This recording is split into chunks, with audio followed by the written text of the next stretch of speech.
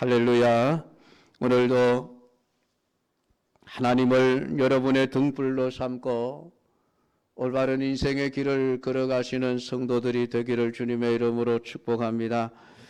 여러분은 지금 이 세상을 어떻게 보고 계십니까? 어두운 곳입니까? 밝은 곳입니까? 오늘 하나님은 세상을 어둠에 덮여 있는 곳이라고 표현을 하십니다.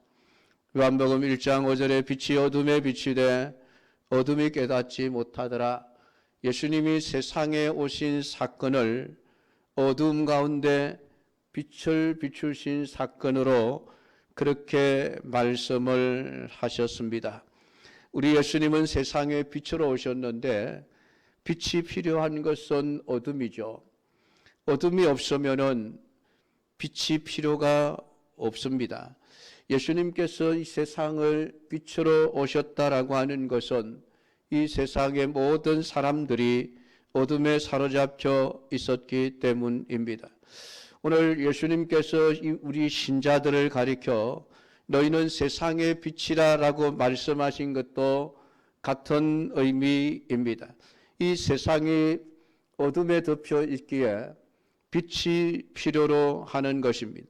그래서 예수님은 신자들을 세상의 빛으로 보내셨습니다.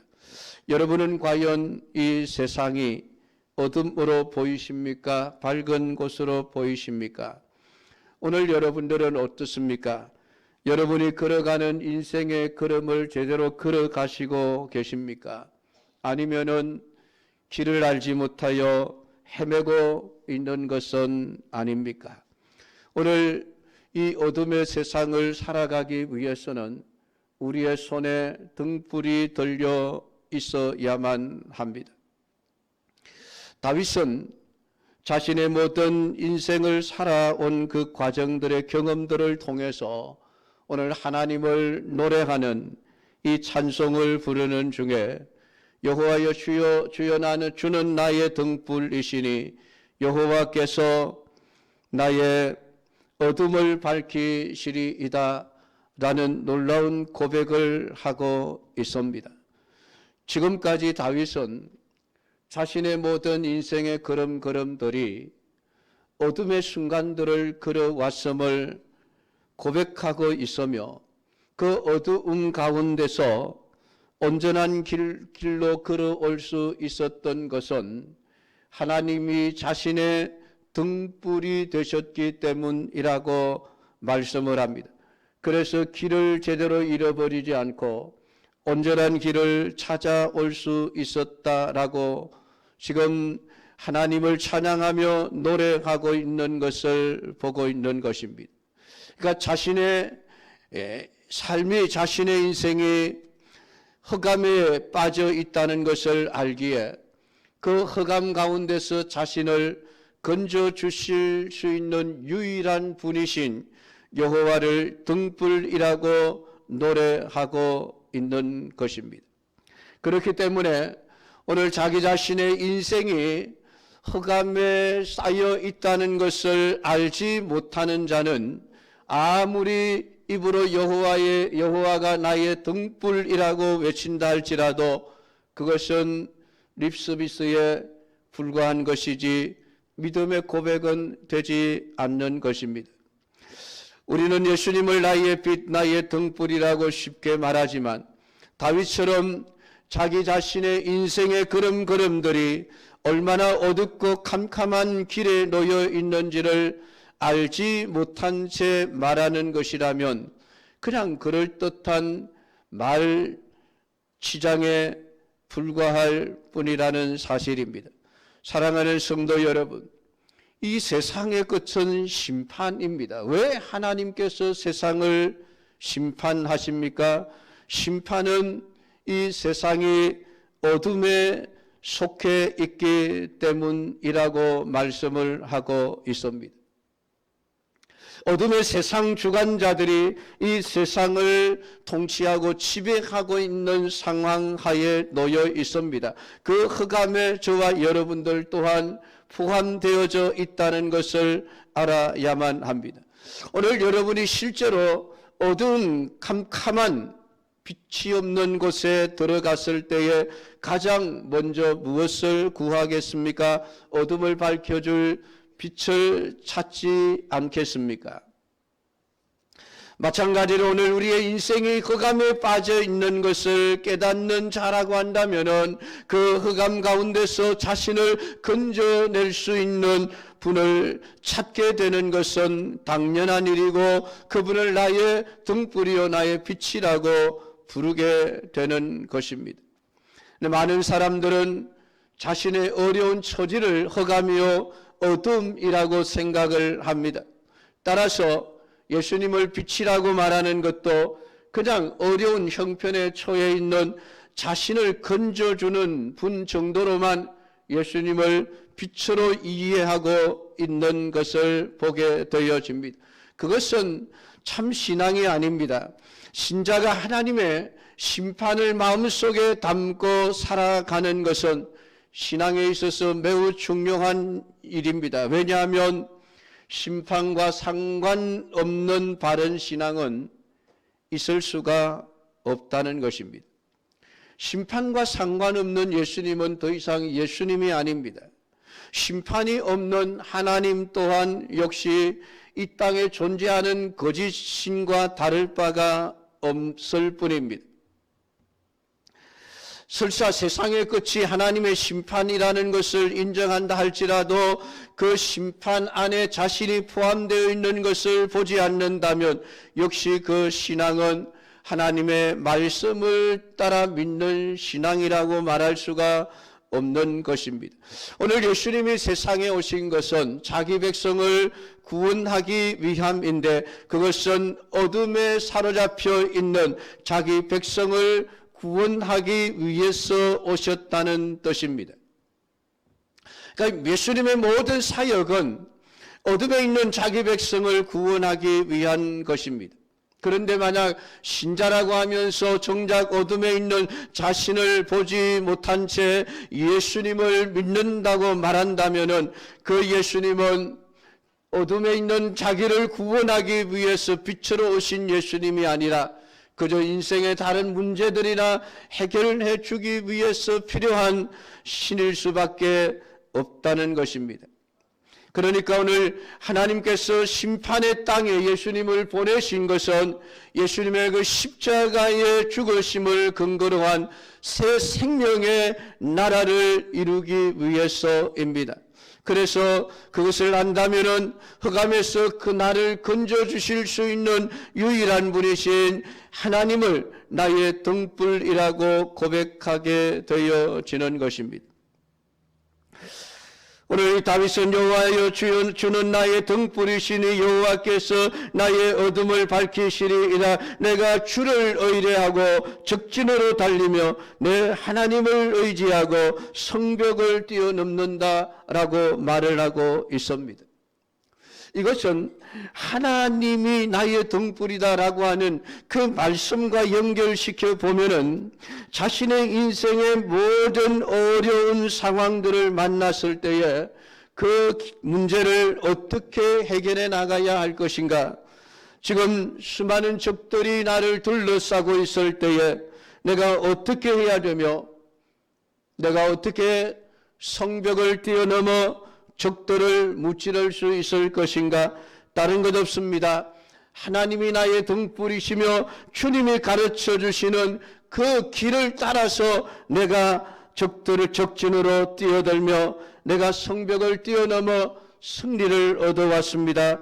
지금까지 다윗은 그렇게 살아왔음을 고백하고 있는 것이죠. 지금 다윗은 주변에 있는 모든 나라들을 정복하고 나라를 평안하게 만들고 난 이후에 지금 이 고백을 하고 있는 것입니다.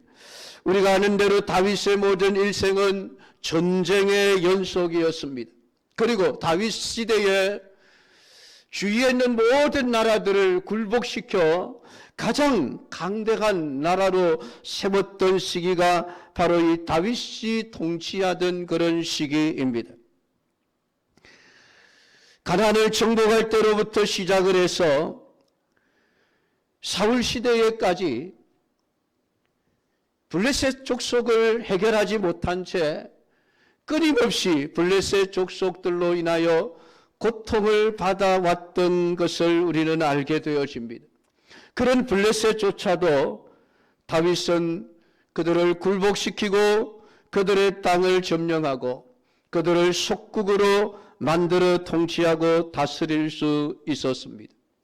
그 수많은 전쟁을 다윗이 어떻게 싸워왔는가를 잘 가르쳐 주고 있는 것을 우리는 보게 되어집니다. 그것은 다윗이 전쟁을 할 때마다 항상 하나님께 물어서 전쟁을 했다고 하는 것입니다. 하나님, 내가 이 전쟁을 어떻게 해야 되겠습니까? 다윗은 하나님을 자신의 등불로 삼았습니다. 수많은 적들과 싸워야 되는 그런 전쟁의 혼란 속에서 내가 어느 길로 가야 할 것인지에 대해서 다윗은 여호와 하나님을 등불로 삼았고, 그 등불이 가르쳐주는 그 길이라고 한다면 그것이 적진의 한복판일지라도 여지없이 주름을 의리하며 의심없이 두려워하지 않고 달려갈 수 있었고, 하나님을 의지하여 견고한 성벽들도 뛰어넘을 수 있었다라고 말씀을 합니다. 오늘 다윗은 자신의 모든 인생의 걸음걸음 가운데 자신의 길을 인도해 주시는 하나님의 그 놀라우신 능력의 역사하심을 경험하면서 여호와여, 주는 나의 등불이시니 내 모든 어둠을 밝히실 것입니다 라는 말을 하고 있습니다. 이어서 31절에 하나님의 도는 완전하고 여호와의 말씀은 진실하니 그는 자기에게 피하는 모든 자에게 방패시로다 노래를 하고 있습니다. 왜 하나님이 나의 등불이십니다 라고 고백했던 다윗이 이어서 하나님의 말씀을 언급하고 있는 것입니까? 하나님께서 우리로 하여금 하나님의 말씀을 통하여 우리의 길을 가르쳐 주시기 때문에 그렇습니다. 그래서 시편 119편을 통해서 다윗은 여호와의 하나님의 말씀이 내 발의 등이요 내 길의 빛이다 라고 고백했던 것을 보게 되어집니다. 오늘 본문에서 하나님의 도는 완전하다고 고백을 합니다. 여호와의 말씀은 진실하다고 고백을 합니다. 왜 하나님의 도가 완전하며 왜 하나님의 도가 진실하다고 말씀을 합니까? 조직신학이라고 하는 신학이 있습니다. 그 학문에서 성경은 무효하다라는 학문을 가르치고 있습니다. 하나님의 말씀인 성경은 오류가 없다라는 그런 말씀입니다. 거기서 말하는 성경은 성경에 우리 책으로 기록되어 있는 문자 하나하나를 말하는 것이 아닙니다. 본래 하나님이 기록하셨던 그러한 히브리 원어의 말씀 그 자체를 말씀하는 것이죠. 사실 우리가 읽는 성경은 지금까지 많은 번역의 과정을 거쳐서 수정되고 수정되어져 온 책입니다. 그러니까 이 성경책 자체는 틀린 부분이 있어서 고쳐왔다라고 그렇게 말할 수 있습니다. 그러면 성경 자체가 틀린 것인가 하면 그것은 아니죠. 그냥 번역 자체가 잘못되었고 틀리게 번역이 되어서 그것을 우리를 바로잡아가는 과정 속에서 성경은 끊임없이 완전한 번역을 향해서 한 걸음 한 걸음 더 나아왔을 뿐입니다. 하나님의 도가 완전하고 여호와의 말씀이 진실하다라고 하는 이 말씀은 성경에 걸차가 오류가 없다는 뜻이 아니라 오늘 하나님께서 말씀하셨던 그 말씀에 계시되어져 있는 하나님의 모든 구원 사역에 오류가 없음을 의미하는 것이기도 합니다. 그래서 하나님의 말씀은 우리를 생명의 길로 이끌어 가고 있는 것입니다. 흑암 가운데 빠져 있는 자들에게 생명의 빛을 비추어서 우리의 실상을 보게 하고 빛이 되신 예수님을 바라보고 예수님께 나아가도록 만들어서 우리를 어둠에서 벗어나 영원한 빛의 세계로 들어가 빛의 자녀가 되게 하시는 것이 하나님의 말씀입니다. 그래서 이 말씀을 통해서 구원받은 하나님의 백성들을 너희는 세상의 빛이라 라고 예수님은 서슴없이 우리에게 말씀을 해주고 있습니다. 여러분, 하나님의 말씀이 심판 가운데서 우리를 구원해 주는 것이 없다고 한다면은 진짜 하나님의 말씀은 세상을 살아가는데 너무나도 많은 걸림돌이 되어질 수밖에 없는 것이 되어집니다. 사실 세상을 살아가는 데 있어서 하나님의 말씀은 우리의 걸음걸음들, 우리의 삶을 제한하고 우리의 삶을 걸음걸음들을 막아버리는, 가지 못하도록 그렇게 하는 역할을 하는 말씀들이 너무 많습니다.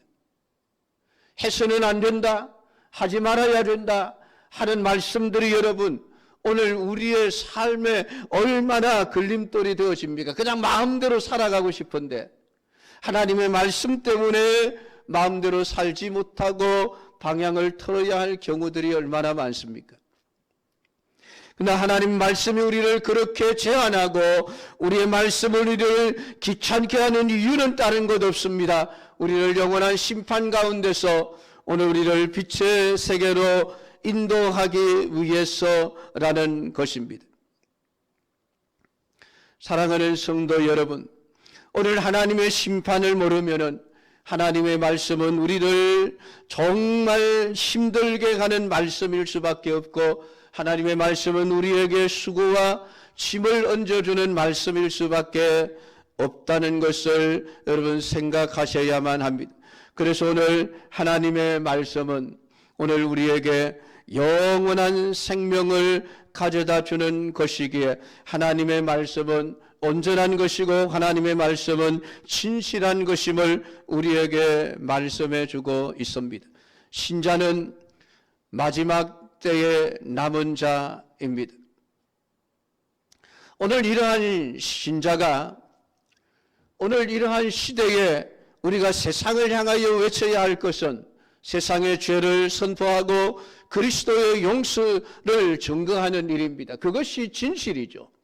하나님의 말씀이 진실하다라고 하는 것은 오늘 세상을 악하다라고 하시는 하나님의 말씀이 진실하다는 것입니다. 우리 믿음의 사람들은 세상을 향하여 그것을 외쳐야만 합니다. 그리고 오늘 예수 그리스도의 용서만이 오늘 우리에게 영원한 유일한 구원이라고 하는 사실 또한 진리라고 하는 것을 말씀하고 있으니 세상을 향하여 우리는 그것을 외쳐야 하는 것입니다.